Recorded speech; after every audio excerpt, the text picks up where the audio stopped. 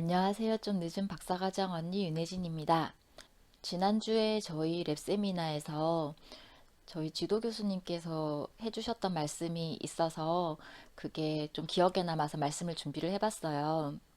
그날 대학원생 두 명이 발표를 했는데 한 명은 본인이 읽었던 논문에 대한 발표였고 또 다른 한 명은 석사 이제 졸업 논문을 준비하고 있었는데 자신이 준비하고 있는 내용에 대해서 정리를 해서 발표를 했었거든요.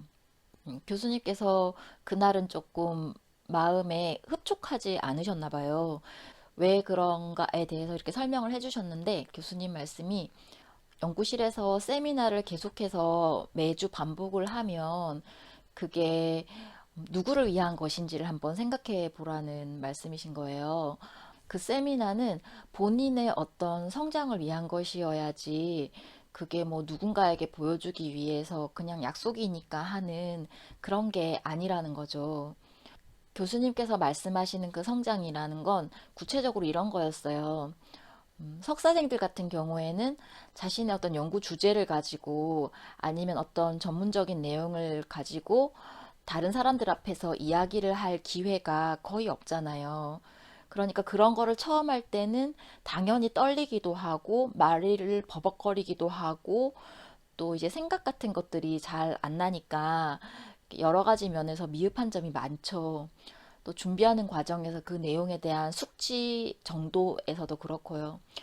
교수님 생각에는 그렇다면 그 세미나가 반복될수록 그 떨림이 줄어들던지 아니면 버벅버벅거리던 그 말을 좀 더 부드럽게 할 수 있게 된다든지 또 아니면 본인이 숙지하는 그 전문적인 내용에 그 정도가 더 깊어져야 된다는 거죠. 그런 것들에 있어서 자신에게 어떤 도움이 되고 있는가를 한번 잘 살펴봤으면 좋겠다고 말씀하시더라고요. 교수님 말씀을 들으면서 저도 굉장히 공감을 했어요. 우리가 대학원에서 하는 여러 세미나, 그리고 수업 시간에 하는 발표, 뭐 여러 가지들이 있잖아요.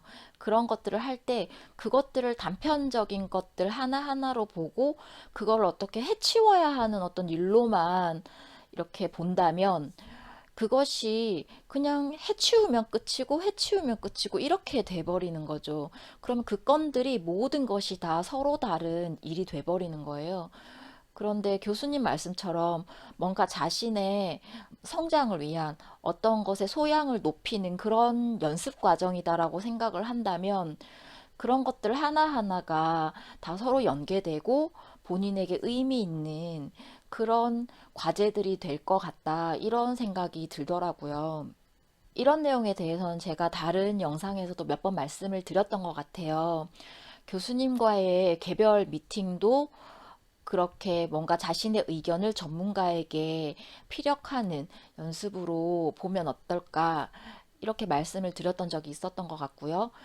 그리고 수업이나 세미나 때 하는 발표들도 그냥 단순히 자신에게 할당된 내용을 이렇게 정리해서 하는 게 아니라 그것을 자신의 어떤 강의처럼 이렇게 생각하고 풀어내보는 그런 연습도 좋겠다라는 말씀을 전에도 드린 적이 있었던 것 같아요. 여러분께서도 저희 교수님의 그런 말씀처럼 굉장히 많은 과제나 미션들이 계속해서 떨어지고 있잖아요.